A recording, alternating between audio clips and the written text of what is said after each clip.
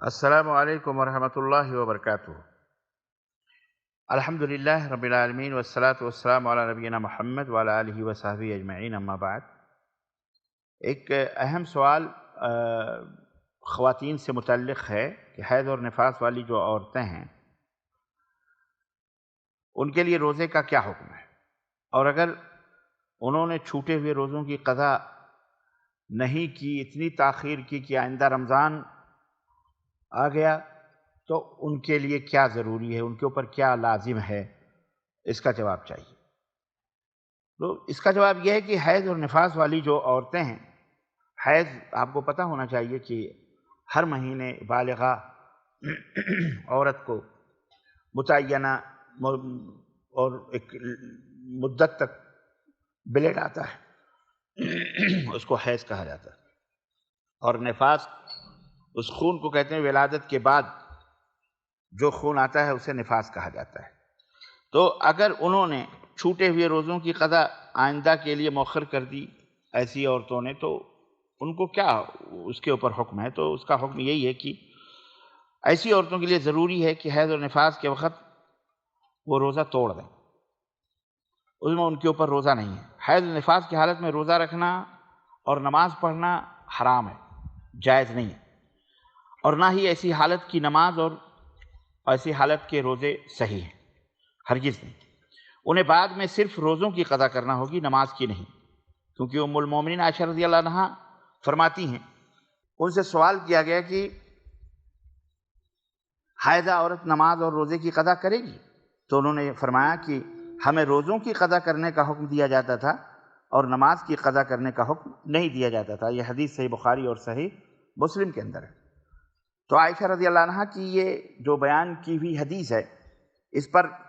علماء رحمہم اللہ کا اتفاق ہے کہ حیض اور نفاس والی عورتوں کو صرف روزوں کی قضا کرنی ہے، نماز کی قضا نہیں کرنی چاہیے۔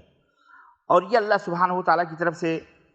ایک طرح کی ان کے اوپر رحمت ہے، عورتوں کے اوپر شفقت ہے اور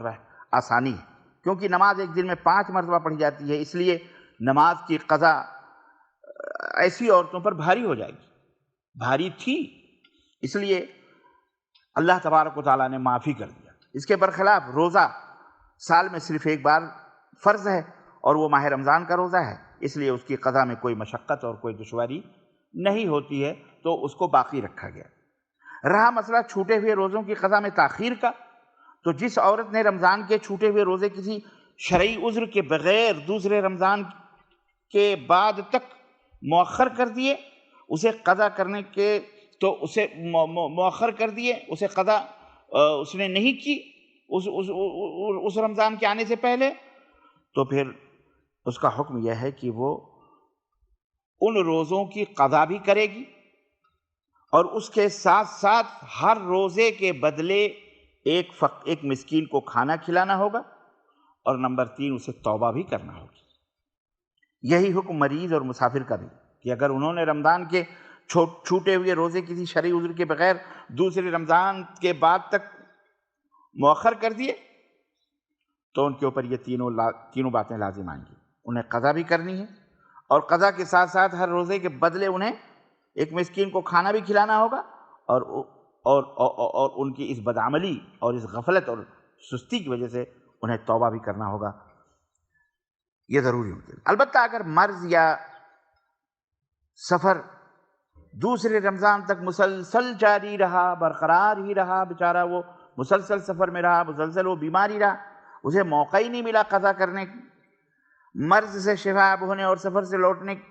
کا اسے موقع ہی نہیں ملا، تو جب وہ لوٹے گا، جب وہ شفا ہوگا اس کے بعد، تو اس کا کیا حکم ہے؟ تو اس کا حکم یہ ہے کہ اب وہ شفا ہو گیا، پا گیا ہے، اور وہ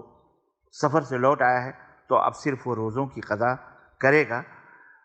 ہر روزے کے بدلے ایک مسکین کو کھانا وغیرہ نہیں کھلائے گا، وہ صرف روزے کی قضا، کیونکہ وہ معذور تھا۔